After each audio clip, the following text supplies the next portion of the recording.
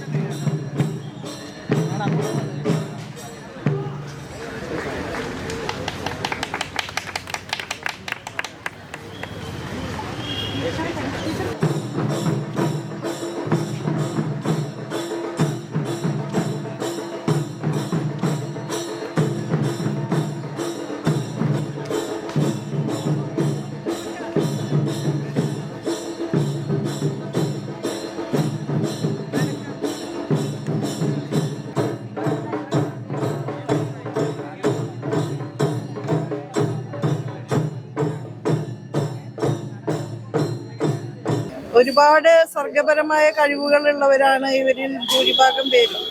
അതുകൊണ്ട് തന്നെ ആ വേദികളിൽ അവതരിപ്പിക്കപ്പെടുന്ന പരിപാടികളെല്ലാം വളരെ മികവുറ്റതായിട്ടാണ് കാണാൻ സാധിച്ചിട്ടുള്ളത്. എല്ലാ വർഷവും ഇത് ഒരുക്കുന്നുണ്ട്. ഇപ്രാവശ്യത്തെ പ്രത്യേകത അനന്യം എന്ന പേരിൽ ട്രാൻസ് സഹോദരങ്ങളുടെ ഒരു ട്രൂപ്പ് സാമൂഹ്യനീതി വകുപ്പിന് കീഴിൽ രൂപീകരിച്ചിരിക്കുന്നു എന്നുള്ളതാണ്. ആ ട്രൂപ്പിന്റെ അവതരണം കൂടി ഇന്നത്തെ ഉദ്ഘാടന പരിപാടിക്ക് ശേഷം ഉണ്ടാകും. അപ്പോൾ അവർക്ക് നമ്മുടെ സംസ്ഥാനത്തുണ്ടാകുന്ന വ്യത്യസ്തങ്ങളായ വേദികളിലും ടൂറിസം ഡെസ്റ്റിനേഷനുകളിൽ ഒരുക്കുന്ന സ്ഥിരം വേദികളിലുമെല്ലാം അവസരം നൽകണം എന്നുള്ള പ്രതീക്ഷയാണ് ഞങ്ങൾക്കുള്ളത്. ഇപ്പോൾ ട്രാൻസ് ജീവിതം സുരക്ഷിതമാക്കുന്നതിന് വേണ്ടിയിട്ടുള്ള സമഗ്ര പദ്ധതി, മഴവിൽ എന്ന പേരിലുള്ള ഒരു സമഗ്ര പദ്ധതി ഉൾപ്പെടെ നടപ്പാക്കുന്നുണ്ട് സാമൂഹ്യനീതി വകുപ്പ്.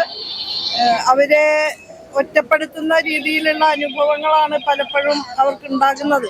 അതിൽ നിന്ന് വ്യത്യസ്തമായി ഒരു സമ്പൂർണമായും ഇൻക്ലൂസീവായ സൊസൈറ്റി ആയിട്ട് നമ്മുടെ സമൂഹത്തെ രൂപപ്പെടുത്തിയെടുക്കുക എന്നുള്ളതും ഈ വർണ്ണപ്പകിട്ട് കലോത്സവം പോലുള്ള പരിപാടികളുടെ ഉദ്ദേശമാണ്. മറ്റൊരു ചോദ്യം, അതായത് നമ്മുടെ ഇവിടെ ലഹരിക്കെതിരായിട്ടുള്ള